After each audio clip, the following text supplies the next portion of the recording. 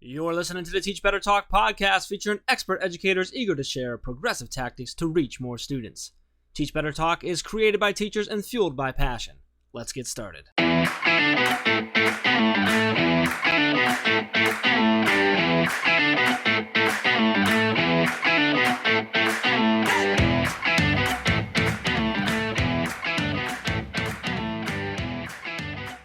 Hey everyone, welcome to episode 241 of Teach Better Talk. My name is Ray Hewart, and as always, I am with that guy that I've been trying to replace, and I work very hard all episode trying to replace him as well, Mr. Jeff Gargas. Jeff, how are you feeling? This is our third podcast episode recording of the night. I spent most of the time trying to convince our guest to be the new host.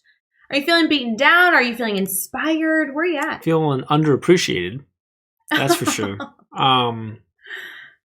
Yeah, I think it's the best way. Underappreciated, mocked, a little depressed. Okay. But whatever. Let's start with Jeff. I really appreciate you. I think you're an incredible person. You have an incredible face for radio, and you work enough that we haven't got rid of you yet, which means something.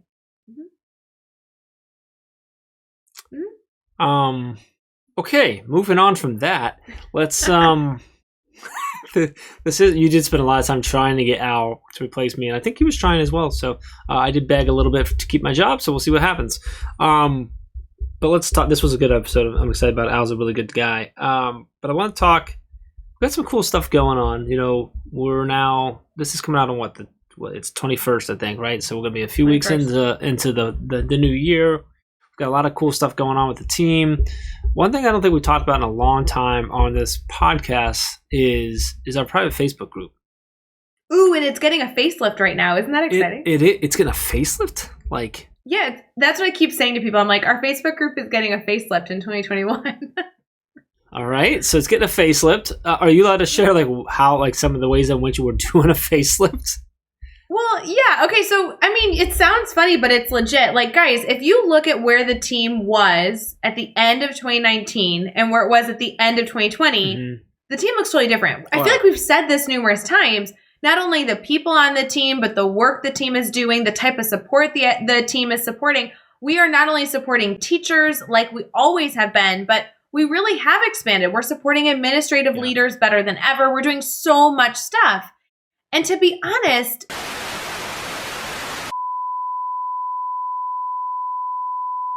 And we're back. How about that? Does that work as a transition back? Because we just dropped because we were having all sorts of technical difficulties tonight. So hopefully Chris pieced this together so that it wasn't horrible. But we're back now. This is it. We're going. You go. Go ahead.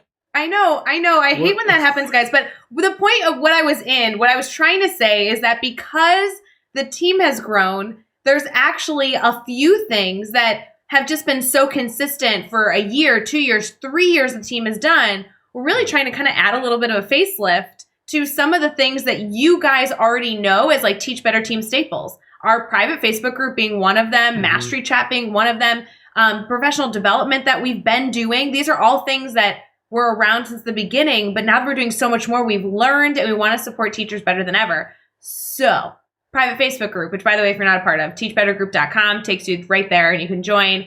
Right now, when we're recording this, it has just about 6,000 educators that are all together sharing their ideas, asking questions.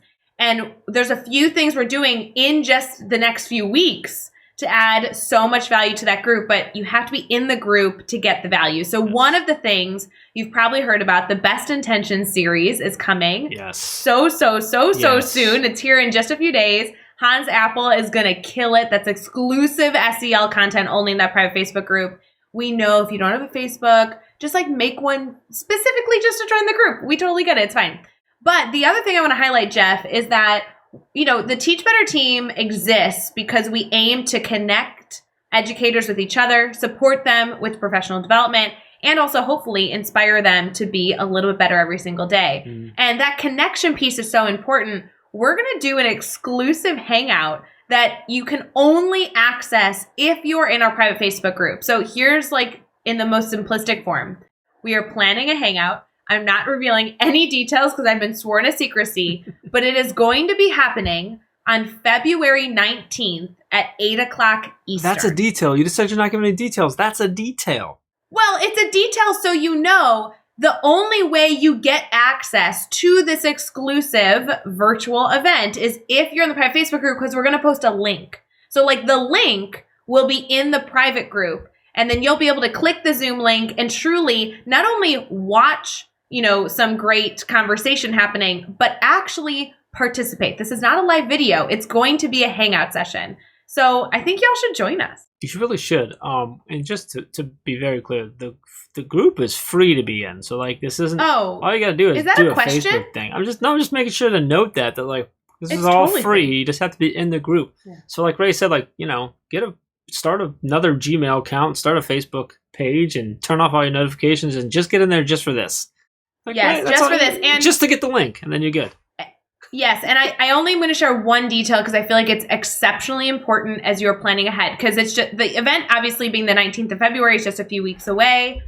We will be requiring everyone to bring their favorite snack. Like I personally am really pushing, I'm pushing popcorn because that's my favorite go-to. So if you need to do a grocery run, add it to the list right now so you don't forget, because the 19th, a really big bowl of popcorn, I think should be a major priority. Yeah, big bowl of popcorn.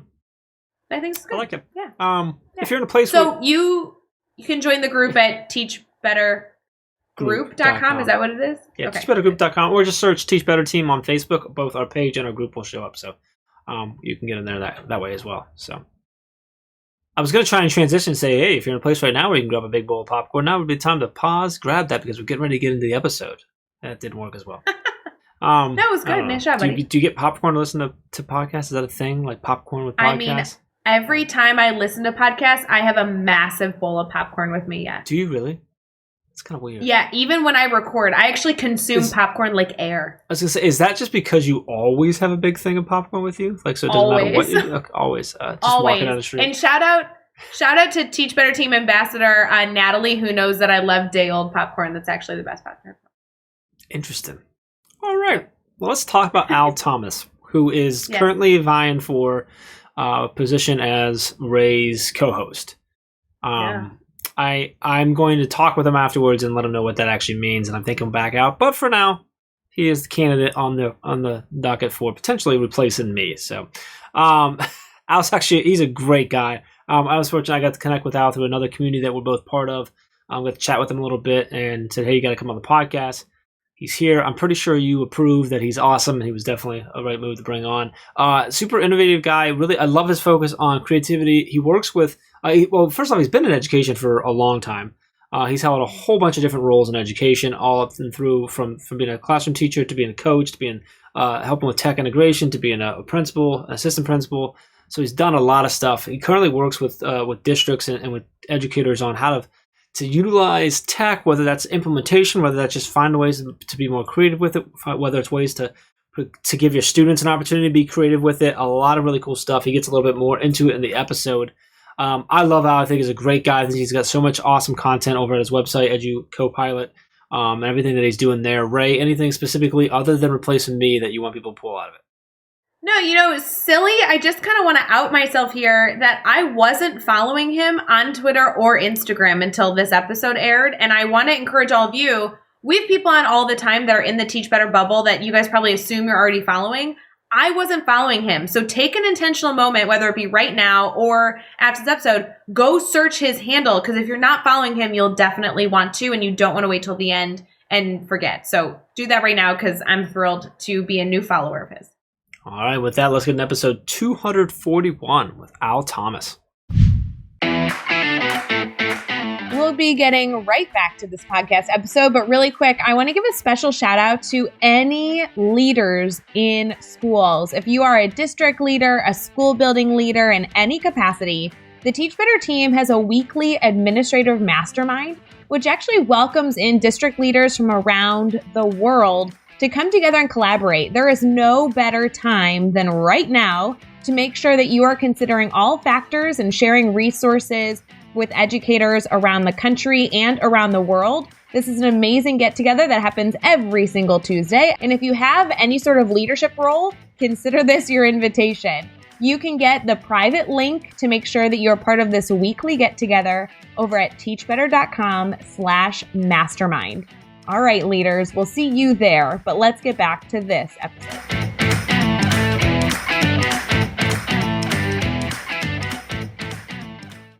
All right, we are here. We are chatting with Al Thomas, and Al, man, it's been great to kind of get connected with you fairly recently, but for a little bit now, you and I, and we actually connected in another community. We got to chat one time, and now I'm like, all right, I think I'm going to force him to meet Ray, and we'll see how this goes. So I'm excited to dive in, learn more about you, hopefully not be replaced by you, because I'm pretty sure Ray's already got you picked out to be her new co-host. But before we get into all that craziness and shenanigans, how are you feeling right now? Well, first of all, thank you guys for the opportunity to be able to join. And yes, I think I am auditioning, so I'm looking forward to this fun discussion. No, I'm feeling great. So it is 2021. So obviously really excited about what the new year holds and excited to be on the other side of 2020. Al, I'm so thrilled that it only took 241 episodes for us to find each other and make this great connection so we can host all these future episodes together. This is just already my favorite episode of all time. Let me just tell you, because this will be Jeff Gargas's last. Haha. Actually, I think there will be an uproar with our listeners. That's the only negative, is we might have a few listeners, only like one or two that we lose. So we'll kind of figure out if that's worth it or not. But before we get into all that, Al, I would like you to kind of share what you do in education, kind of answering that age-old question of like how you support educators and what you do in education. Yes. So currently I work to support educators by helping them to integrate technology and creativity into the classroom. And so creativity is a huge part of the work that I'm doing. So I enjoy being able to help educators just to learn how to be better visual storytellers themselves, but then also how to bring that into the classroom to create those opportunities for students and help hopefully to unlock those talents, abilities, and just those passions that they have to explore creativity. All right, so we're at a cocktail party prior to 2020. You just said that to me after I asked you what you do. My immediate question is, so how do you do that, Al? Like, what do you do? Like, how do you do that for teachers? So I do that in a number of different ways. I think primarily it's being able to work alongside them to be able to help them integrate the different creative techniques and skills when it comes to visual storytelling. So whether that is doing sessions where I'm or workshops with districts and working with them to be able to practically implement creativity into the classroom and be able to help them build out different skill sets based off of what they teach, whether that is creating resources and exposing them to the creative tools, apps, and potential things that they can bring into the classroom. Because obviously that's one of the things that I find quite often is that teachers just don't know what's available to them. Or they just, because of all the busyness and everything that's going on, they don't necessarily have the bandwidth to be able to dive in and be able to explore something that may be new to them. And so being able to just kind of unpack those things and be able to share that with them, to be able to help them to be able to see how they can integrate it without having to become an expert on everything that has to do with creativity. Gotcha, I love it. So I'm curious, because I know we've held a number of different roles and positions in education. How did you kind of get to this point of working with teachers and working with schools and stuff like that? Like, what was your journey? Kind of take us on that road with you. Wow. So I think this is where the screen is supposed to fade black and white, and it's kind of those moments in the movies where it's going back in time. We got the mood set. Now you're good. The stage is ready for you. So I think, so I started in education, a number of years ago. And so I started having an opportunity to be able to come and be a part of a new school that was actually being started. I got a chance to work and coach and teach, and then transitioned into having the opportunity to work with just a number of different projects within that school district that allowed me to get leadership experience and move into being an administrator or an assistant principal for a period of time, working to support teachers, and loved the opportunity that provided, and eventually was blessed with the opportunity to be able to move into leading an entire campus. I was able to be a high school principal for a number of years, and had an incredible time working with a campus of amazing educators that made me look way better than I was. So that was an incredible experience. I had one of the unique experiences of coming to my campus on the first day and exploring my campus before anyone showed up, and walking through and seeing all of the amazing technology that we had that was on the shelves that was still wrapped in plastic because it had never been used and there was dust all over it.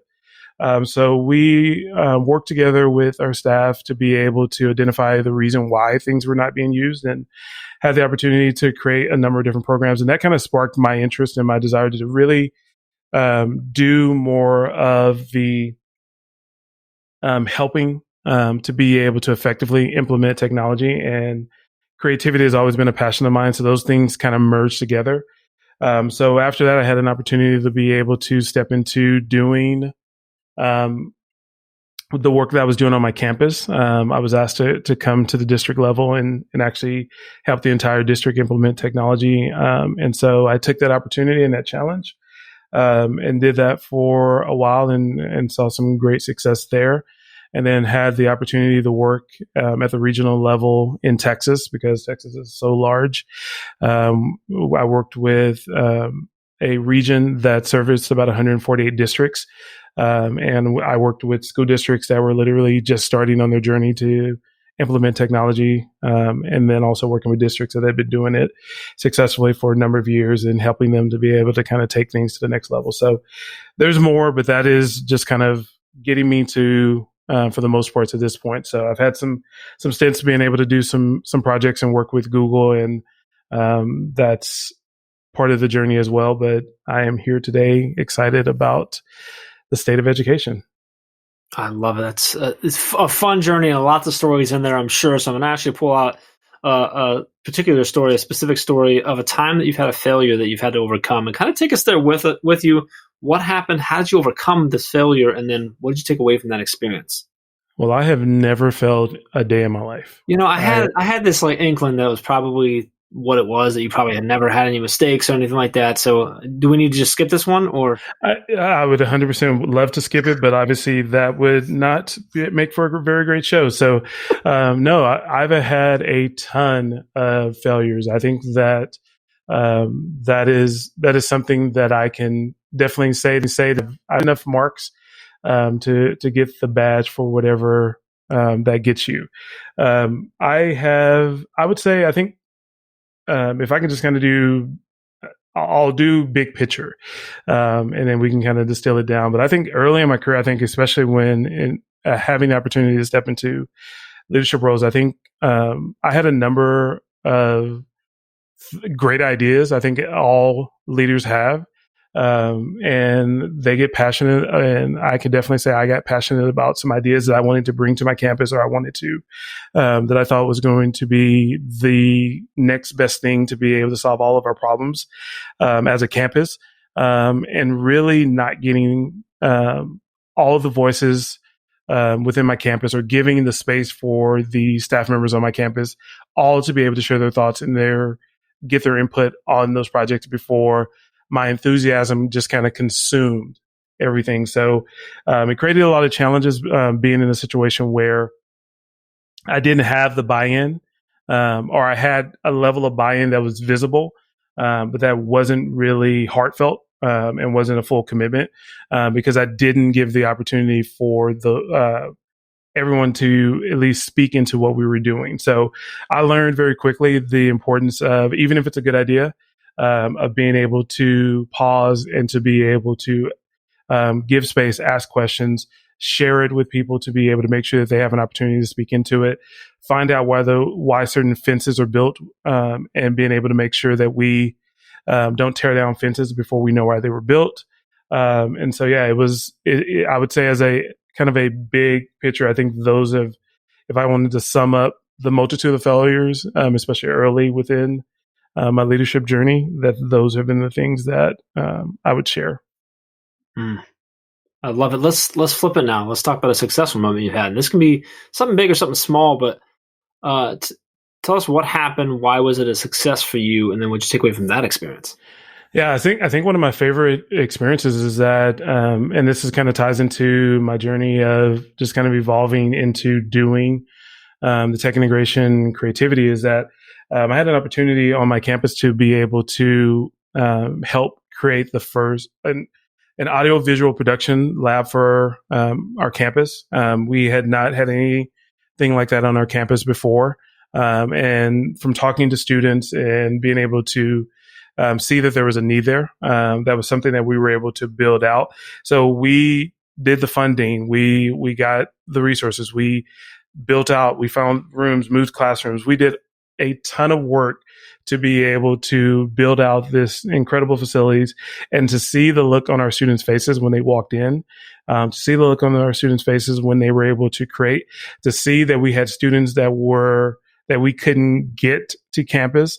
We couldn't get them to leave campus because they now had a creative outlet for them to be able to do the things that they were really passionate about. And then all of a sudden get students that were really quiet and maybe not willing to share their voice, be comfortable and feel comfortable to come and be able to express, hey, could we do this next? Could this be at it? And it was just an amazing experience of a success that I would love to take full credit of, but I think it was a success because of the work and the passion that everyone put in to be able to develop that for students. It was just an amazing experience. Al, I love your success story. I think the more success stories like that, the better in the field of education. I want to transition us a little bit here. I really want to get into what is exciting you about the work you're doing, because there's no way you're supporting teachers and students and everything in between without having something that's really, really the driving force in all that you're doing. So tell me, out of all the stuff in education, what's keeping you the most excited right now? Yeah, so there are a ton of things that are keeping me excited at the moment in education. I think we're in a good space. I think one of the things, and just definitely to connect to what I'm doing, is seeing just the openness that has that's come about within education, to be able to do creativity or integrate creativity or have creativity working. I think that has been something that I've applauded so much to see districts be open to bringing in tools and supporting tools like things like Adobe Spark, bringing in tools that allow for students to be able to create. I think that has been a huge plus and something that really excites me. That definitely was not the case, especially early in my career in education, of seeing that, or it was either looked at as a add-on and not a necessity, or it was looked at as something that really was cool, or it was, hey, we'll do this end of the semester. We'll do this on Valentine's Day. We'll do these at these points throughout the school year that are just kind of one-offs. But really seeing students be able to take things that they would normally be doing, like writing a report or doing a research paper, and being able to have that flipped on its head and have them do things where they're creating videos and they're creating things to be able to share their ideas. Or a session I do on 1-minute documentaries, I've seen people take that and being able to integrate it within the classroom, where they're having students be able to learn all the information that they were wanting them to learn, but then having them get an opportunity to be able to create an artifact of learning that is completely and uniquely them. I think that's an incredible place to be in education, and I'm excited for what it'll be like over the next few years and beyond. So Al, I have to know, with all the work that you do, there has to be a piece of advice that you find yourself either saying often, or maybe it's a piece of advice that you really feel like teachers need to take away with them during this crazy time. What is your one piece of advice that you want to share on the Teach Better Talk podcast that every educator really should consider right now? Yeah, I think I kind of alluded to it earlier, and that's really just don't be afraid of giving students the runway to discover whatever their creative spark is. I share, and I don't know if many people, I'm sure, let me take that back. I know many people know of him, but I don't know if a lot of educators. Marquez Brownlee, I love the work that he's doing. He's considered one of the top YouTubers. But I love the fact that there was a video that he did where he was talking about and sharing how he's glad that his parents didn't freak out because he was in his room talking to himself when he was creating videos. Because that's what it sounds like when you're in your room by yourself and you're talking about technology and reviewing technology and starting out. You are doing it in your room and you're doing it in a place where it sounds weird. It looks weird. And I think a lot of times in education, we think about bringing creativity into the classroom, and that's what it looks like. But I want to encourage educators to really think about giving that space for students to be able to explore their creativity and what they're passionate about. Some things won't hit, some things will. But when that student finds the thing that they are passionate about, you never know what it's going to create for them. You never know the opportunities.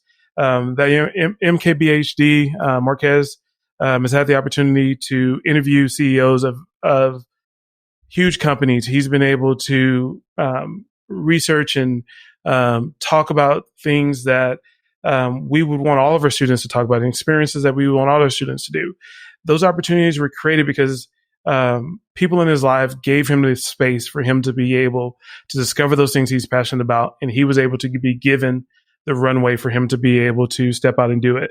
And I think about my own personal journey of having an English teacher who still to this day, I still remember it, is we were reading the story of Beowulf, and it just wasn't hitting home. We were supposed to do this big research paper in this project. And I remember struggling with it. And I remember I had a teacher who was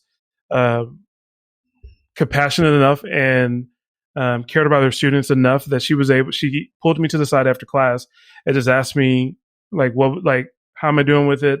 And I honestly told her that I was struggling with it. And she said, how would I like to share what I know about the story? And she allowed me to be able to illustrate the story of Beowulf.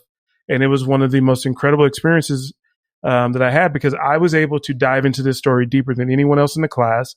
And then I was able to showcase what I knew of the story. But more importantly, I got to showcase the talent that I had for a project inside of the classroom. And I did not want to let her down. And I wanted to showcase my best work because I was showing it to my peers. That's really powerful. And that is something that I encourage all educators to really think about, how they can create those opportunities for students and how can they step out of their comfort zone, because students are going to benefit from it. Oh, I love that. Just giving them that opportunity for creativity and instilling that, and that's so important. I love your touch of your teacher too. Like, thankfully she did that for you. And it's led to so much. So that's an awesome piece of advice. Let's keep this going here. We're going to do the next 6 questions. Your goal is to answer each one in 15 seconds or less. Are you ready to go? I will do it even less.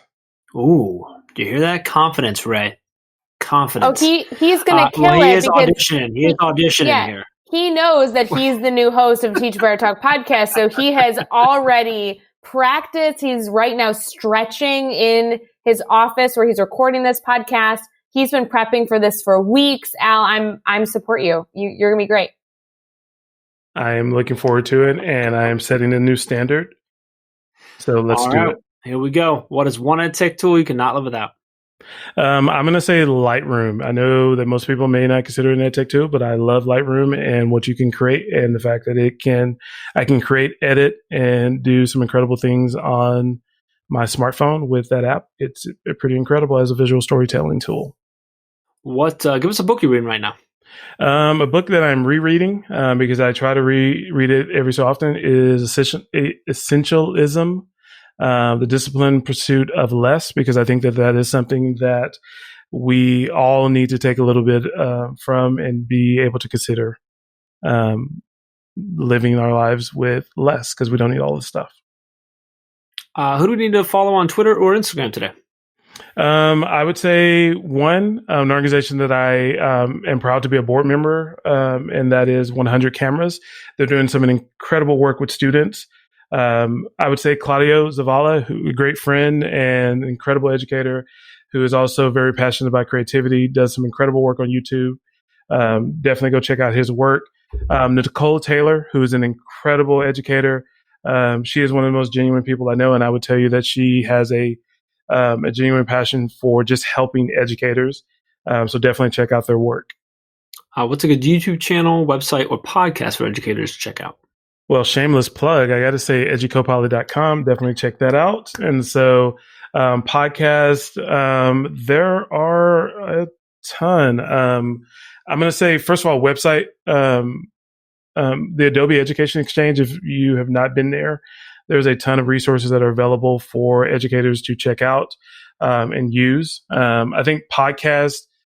Oh man, this is the one part where I'm going to break the 15-second rule because there's a ton of podcasts, and I'm just not going to mention any of them. I'm going to just break the rules. I'm so sorry.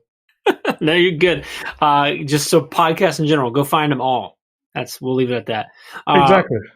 Give us a daily, weekly, or monthly. Oh no, I'm sorry. I'm going to take that back. So podcast, I'm going to break the rules. So some friends of mine actually created a podcast. Ken Shelton, Dee Lanier, they created a podcast called The Liberated Educator. Incredible educators that I tell you would find a ton of resources to be able to help you in your journey to be able to help support your students best. So definitely go check out their podcast. Give us a daily, weekly, or monthly routine every teacher should get into. Create something every day, no matter how painful it is. The first few days will be great. It'll be easy, but there will definitely become a point where it becomes more challenging for you to think of something to create or do, but you'll be better for it. And lastly, give us the best piece of advice you've ever received. Be kind. Everyone is on their own journey. Oh, nice. I love that one. Ooh, see, you did good even though you broke the rules. That's kind of my mindset. You did good. You got to. Yeah, I think that every so often some rules are meant to be broken. I think you chose the right ones. I still think this was a good audition, personally. That would be my opinion. Yeah, and we won't tell anyone that's probably the 5th time I've recorded that. So, yeah, we won't say that. Guys, that's not true. We did have some tech issues during this episode, which hopefully y'all won't be able to notice because Chris, who is, a part of the Teach Better team and makes us sound good, he's going to make this episode work wonderfully. But he definitely did not record this 12 times, I promise. It was maybe Jeff's questions that we had to record because Jeff kept messing up. But it's fine. Anywho. I do want to note that Al broke the rules, so I don't think he should be able to replace me yet. What if we just had a third co-host? This might be me sort of pleading, begging to keep my job. But I just wanted to say it. I'm not, I fully support him replacing me, but I think he should have to try again, another time or something. Give me a couple more episodes or something. Al, I would give him.